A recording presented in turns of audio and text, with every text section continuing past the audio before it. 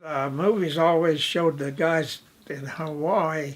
If you remember, Bing Crosby and them was always had girls and stuff, and how they loved the soldiers and sailors. So that's where we wanted to go. Boy, was that a lie.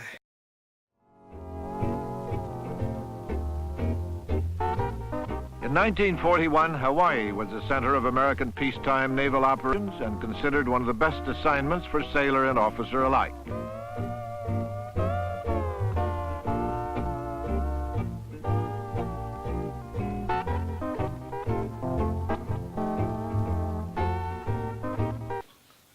Well, it turned out to not be what the movie said. Them people hated soldiers and sailors, even had signs in the window, no soldiers, sailors, or dogs allowed. But then the next day after they attacked, then it says, soldiers and sailors welcome. Yesterday, December 7th, 1941, a date which will live in infamy. The United States of America was suddenly and deliberately attacked by naval and air forces of the Empire of Japan. Because I think I was one of the first guys those dang shot at. I felt like I was the first one because they really hadn't started attacking yet, and this plane come by. I believe it had 3 seats. It had a little guy in the back, had looked like a Bren gun, a round thing on top for shells, and he saw us at the window. We said, that plane's got a big old red spot on his side. We just stood there looking at him.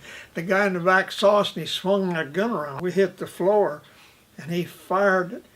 His fire now armor piercing too, because they went through the locker, 2 sets of locker, and the locker's on the other side even.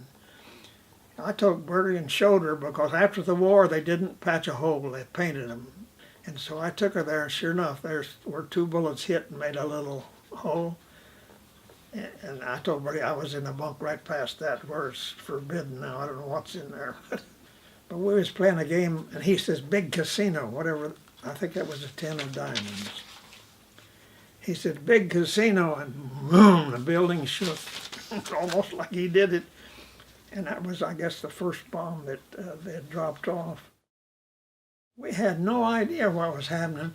The crazy thing was, before it happened, we think somebody knew it was going to happen, because once we went out and set up one of them old World War I Army machine guns and strung some barbed wire, and we didn't know how. We got scratched and stuff.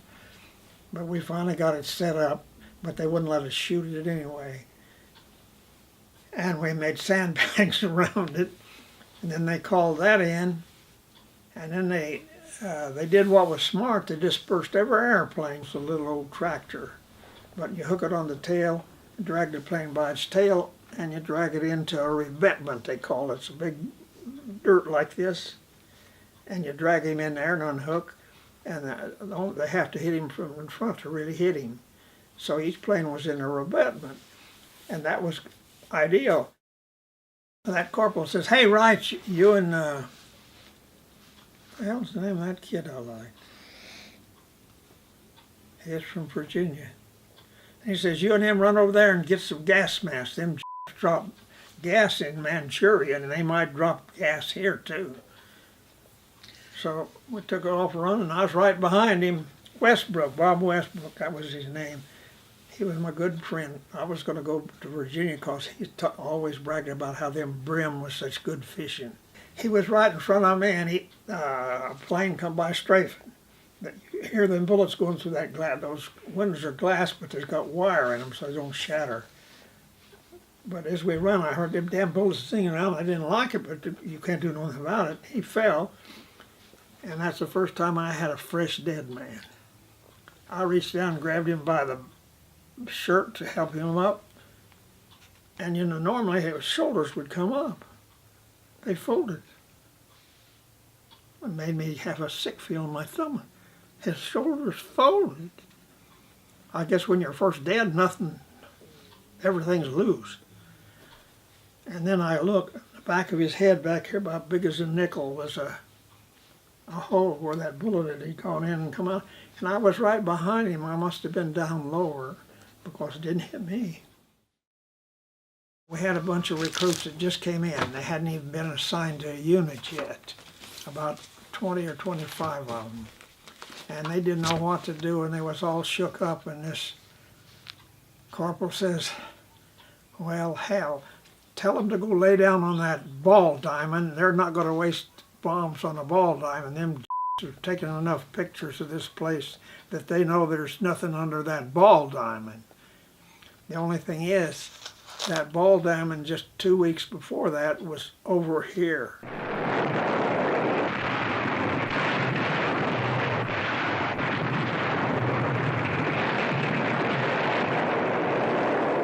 Bombed, and I think they killed every kid on there. And they couldn't make the gas go off. They wanted to destroy our fuel supply. But their secrets were just that much behind, about a week behind. So we just hugged the ground, and the bastard quit shooting. And the thing that people don't realize, that first flight that came in was 333 Betsies, they called them, twin-engine bombers. And we were dumb enough. We was there in the radio shack, and we knocked the windows out to shoot any plane that went by. We'd shoot at him, but we couldn't hit beans. If it caught fire, we'd say, we got him, we got him. Nobody had no idea. And there was a nut out there standing by the tail of a plane. I was 17, he was got an old tall tail. He had a .45 pistol, and he'd look around, here come that Jap by, he'd pow, pow, pow, pow. And then he'd duck back. We thought he was a nut.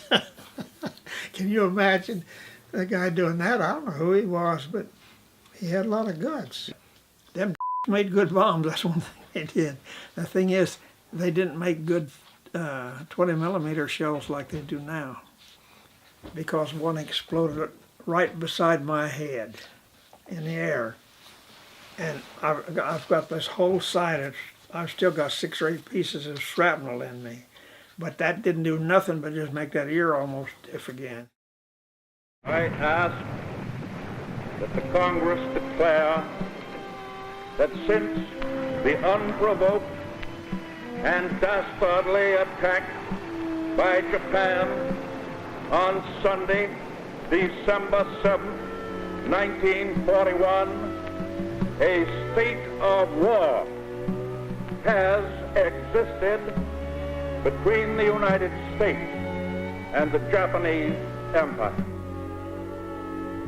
So ended our peace and our years between the wars.